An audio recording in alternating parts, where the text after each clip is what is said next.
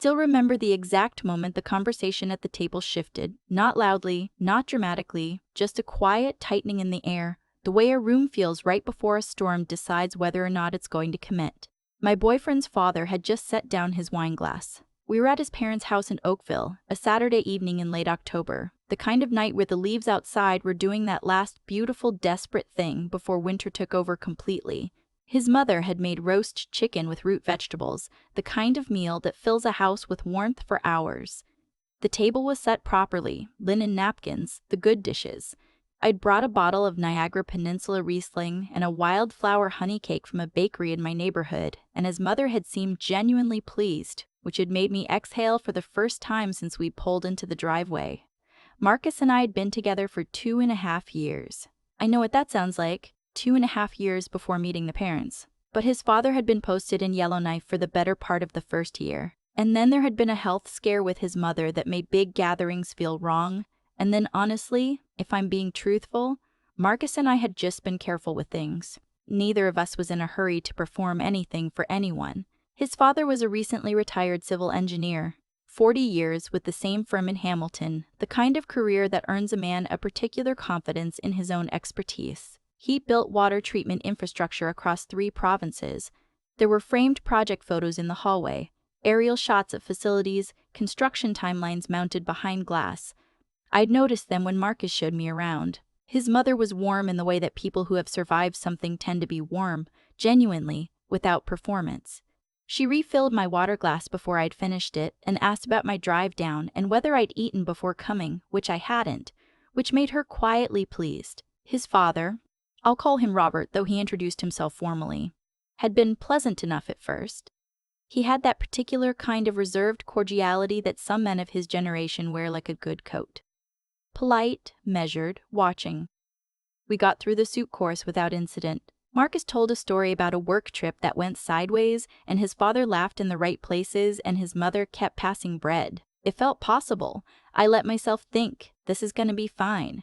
The roast chicken came out. His mother was asking me about my neighborhood in Toronto. I live in the Junction. Had for about 4 years, and I was telling her about the Saturday farmers market I try to make every week when his father turned to me with the particular focused attention of someone who has just decided to take an interest. Marcus mentioned you work in environmental something, he said.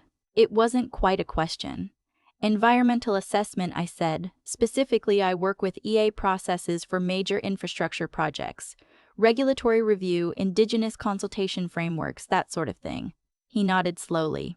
The kind of nod that means I'm letting you finish, but I've already formed my opinion.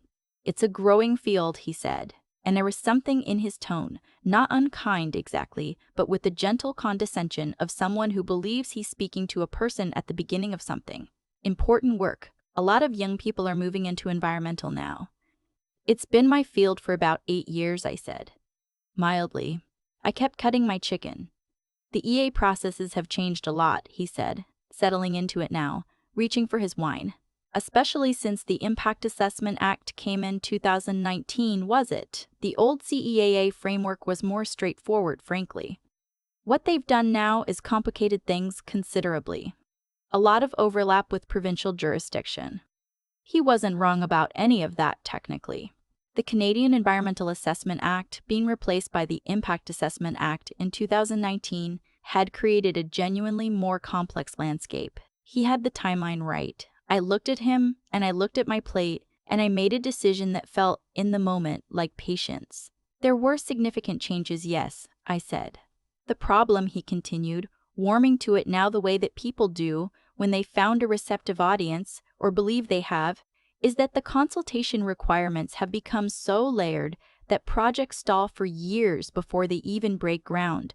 I've seen it firsthand. We had a water infrastructure project up near Sudbury that was tied up for 18 months because of the new assessment requirements. 18 months. Carrying costs alone were, he shook his head, significant. Marcus glanced at me, just briefly. Consultation timelines have expanded, that's true, I said. Though some of that delay is also the time required to do meaningful engagement with First Nations communities, which the old framework didn't require to the same degree. Of course, he said, in the way people say of course when they want to move past something without actually conceding it. But the practical effect on project delivery, is real, I said. And it's also something we model for now at the front end. Impact assessment planning has gotten more sophisticated partly because the requirements have. The delays you're describing often come from underestimating the consultation scope early in the project lifecycle. He looked at me for a moment, recalibrating slightly. Then, what kind of projects are you typically involved with?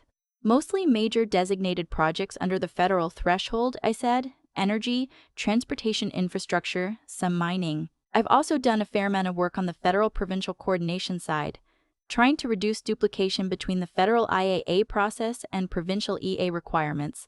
Substitution agreements, he said, nodding, showing that he knew the term. Substitution and equivalency. Yes. I kept my voice level. Though equivalency is fairly rare in practice, most provinces have gone the substitution route. There was a brief pause. His mother offered more roasted carrots. Marcus took some. I took some. You must work with a lot of the federal agencies, his father said. IAC, that sort of thing. Yes. And Transport Canada, natural resources, sometimes fisheries depending on the project. It's complex regulatory territory, he said, and I could hear him adjusting, not retreating exactly, but shifting his approach slightly, moving from instruction towards something that wanted to present itself as collegial discussion. I always found, in my experience, that the best outcomes came from engineers taking the lead on the technical assessment components. The regulatory piece is important, but he paused, searching for the word. But ultimately secondary to the engineering reality, he finished. I set down my fork, gently. I picked up my wine glass. The thing about this moment, and I've thought about it a lot since, is that there were many ways I could have handled it. I've worked in rooms full of people who held this exact view, that environmental and regulatory assessment was administrative scaffolding around the real work, which was always technical and always led by engineers. I'd spent 8 years making a case, both explicitly and through the quality of my work, that this was a fundamental misunderstanding of what assessment actually does. I wasn't angry at him. I was tired in a very specific and familiar way. I'd push back on that a little, I said. The technical assessment is one input into the impact assessment. But the purpose of an EA isn't to validate what engineers have already decided. It's to determine whether a project should proceed, in what form, with what conditions. That's not secondary to engineering. It's actually upstream of it in the project decision hierarchy. Silence. His mother was looking at her plate. Marcus was very carefully not looking at anyone. Well, his father said, that's one perspective. It's also the statutory framework, I said. And then, because I am apparently constitutionally incapable of leaving things alone, I lead the Federal Review Panel for designated projects in the Ontario and Great Lakes region, so it's a perspective I've had to be fairly confident in. The table went very quiet. Not dramatically, quiet, tight, and there was still the sound of cutlery, and somewhere in the kitchen the oven was making a ticking sound as it cooled. But the quality of the attention in the room changed. His father looked at me. You're a panel lead. Federal Review Panel, yes. I've been in the role for about 2 years. Before that, I was a senior assessment coordinator for 6 years. He was quiet for a moment. What panel? I told him. The formal designation, which is a mouthful. His eyebrows shifted upward almost imperceptibly. Hargrove was the lead on that panel, he said slowly. We worked with his team on the Sudbury project I mentioned. David retired 18 months ago, I said. I took over his caseload. The carrots were going cold. No one was eating. His father looked at me for a long moment. And then, and this is the part I didn't expect, the part that I keep returning to, he exhaled. Not in irritation, in something closer to recalibration, the kind of breath a person takes when they are actually looking at a situation and deciding to see it honestly. I owe you an apology, he said. I was explaining your field to you. You were, I said. Not unkindly. He stopped, picked up his wine, set it back down. That's embarrassing. You didn't know, I said. I should have asked, he said. I should have asked, he said. Before assuming. His mother, who had been very quiet through all of this, said, Robert has always been very confident in what he knows. Eleanor, it's true, she said pleasantly. It was one of the things I fell in love with. It's also been one of the things. She let the sentence end there. Marcus made a sound that might have been a laugh that he was suppressing. His father looked at me again. There was something different in his expression now, Not deference exactly, but genuine attention, the kind that doesn't have an agenda behind it. The Sudbury project, he said, the 18 months, was that your assessment? No, that would have been David's team, but I know the file. The delay was partly consultation related, but there was also a scope issue with the initial project description that required amendment that added time to the technical review. He nodded slowly. We were told it was the consultation timeline. That's often the explanation that gets passed down to project proponents, I said. It's easier than explaining that the project description didn't meet the sufficiency requirements. He was quiet for a moment. We paid our consultants a significant amount of money to manage that process. I know, I said. I've seen a lot of project teams do that. The federal process is complex enough that proponents often underestimate what's required to submit a complete project description. It's not always the consultant's fault. Sometimes the client doesn't want to hear that they need to go back and do more work before filing. We were on a schedule, he said. Reflective now, not defensive. Most proponents are. He looked at his chicken, then at me. You've probably seen 100 projects like ours. Probably closer to 40 or 50 at the federal level, I said, though it feels like 100 some weeks. He laughed. It was a real laugh, short and somewhat surprised at itself. After dinner, we moved to the living room. His mother brought out the honey cake I'd brought and sliced it at the coffee table, and his father, Robert, asked me how I'd gotten into assessment work. Not in the tone from dinner, the testing tone. In the tone of someone who actually wanted to know. I told him about my undergrad at Dalhousie, environmental science with a geography minor. The summer I spent doing fieldwork in northern Manitoba and coming back with a conviction that the regulatory framework governing resource development in Canada was both consequential and widely misunderstood. The articling year I spent with a small firm in Ottawa before moving to the federal side. The years of building case files and writing technical summaries and sitting in consultation meetings in community centers in places with no cell service, taking notes, trying to do it right.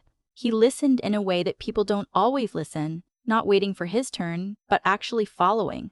David Hargrove, he was a good lead, he asked. One of the best I've worked under, I said.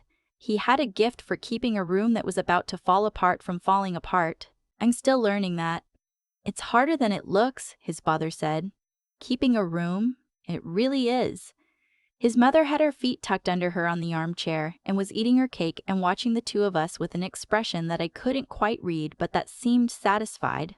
Marcus had his arm along the back of the couch behind me, not touching, just there. At some point, his father said, I want to be honest with you. I came into tonight with certain assumptions. I could tell, I said. I imagine it's not the first time. It's fairly regular, I said. I'm 31. I don't look like what people picture when they think of a federal panel lead.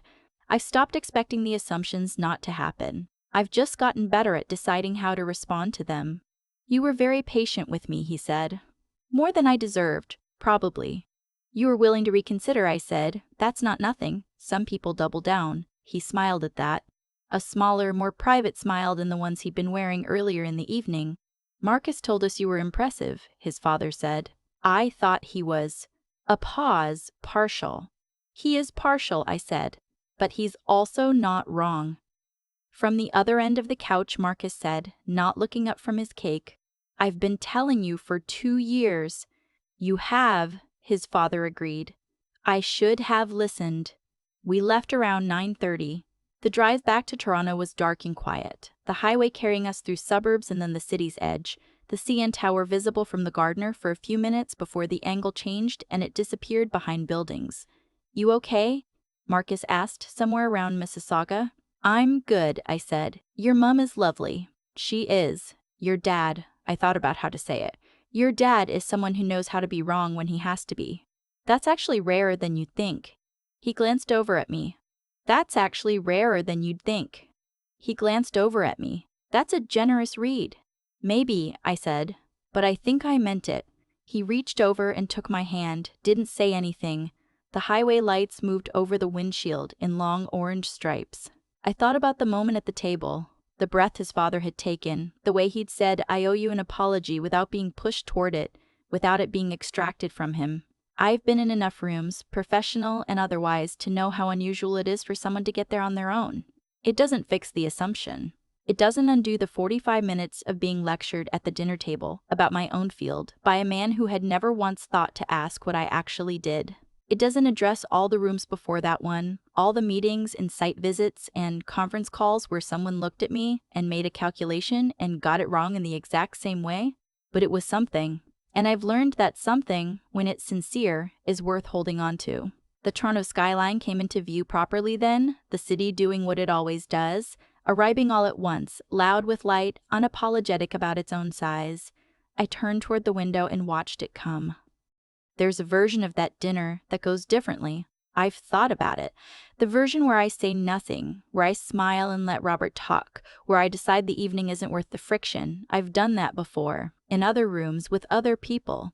It's not cowardice exactly. Sometimes it's just the calculation you make when the cost of speaking feels higher than the cost of staying quiet.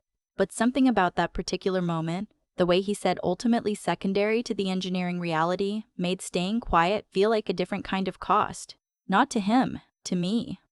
I think about integrity a lot, not as a concept, but as something you either practice or you don't, in small moments that nobody's watching. The way you do your work when no one will check it. The way you speak up when it would be easier not to. The way you hold on to what you actually know, even when someone more confident is speaking over it. Robert didn't know who I was, but I did, and that had to count for something at that table, or it didn't count anywhere. What struck me afterward, still strikes me, was that he had the capacity to be wrong gracefully. That's not a small thing.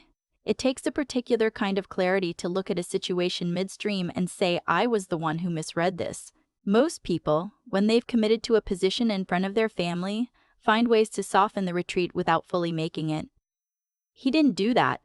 He said, I owe you an apology, and he meant it, and there was nothing calculated about it. I've been in enough professional environments to know that intellectual honesty, the genuine kind, not the performative kind, is rarer than competence. Plenty of people are competent. Fewer are willing to say, in real time, I got that wrong. It requires a certain steadiness that isn't about intelligence. It's about having enough of a foundation in yourself that being corrected doesn't feel like collapse. That's what I keep coming back to. Robert had built a 40-year career on expertise, and I had spent 8 years building mine on different ground, and for about 45 minutes we were both trying to figure out the shape of the other person's knowledge without enough information. He made assumptions. I let them run longer than I needed to, and then we both adjusted, and the evening became something else. Something worth having, actually. I don't think you get through a long career, or a long relationship, or honestly just a long life, without learning to hold your own understanding firmly enough that it doesn't dissolve when someone pushes against it. Not rigidity. Something quieter than that. The capacity to stay grounded in what you've actually earned, what you've actually learned, without needing someone else to validate it before you can act on it. Marcus reached for my hand on the highway home and didn't say anything, and I think that was right. There wasn't much to say. We'd gotten through something, the four of us, and come out on the other side of it intact. That still feels like enough.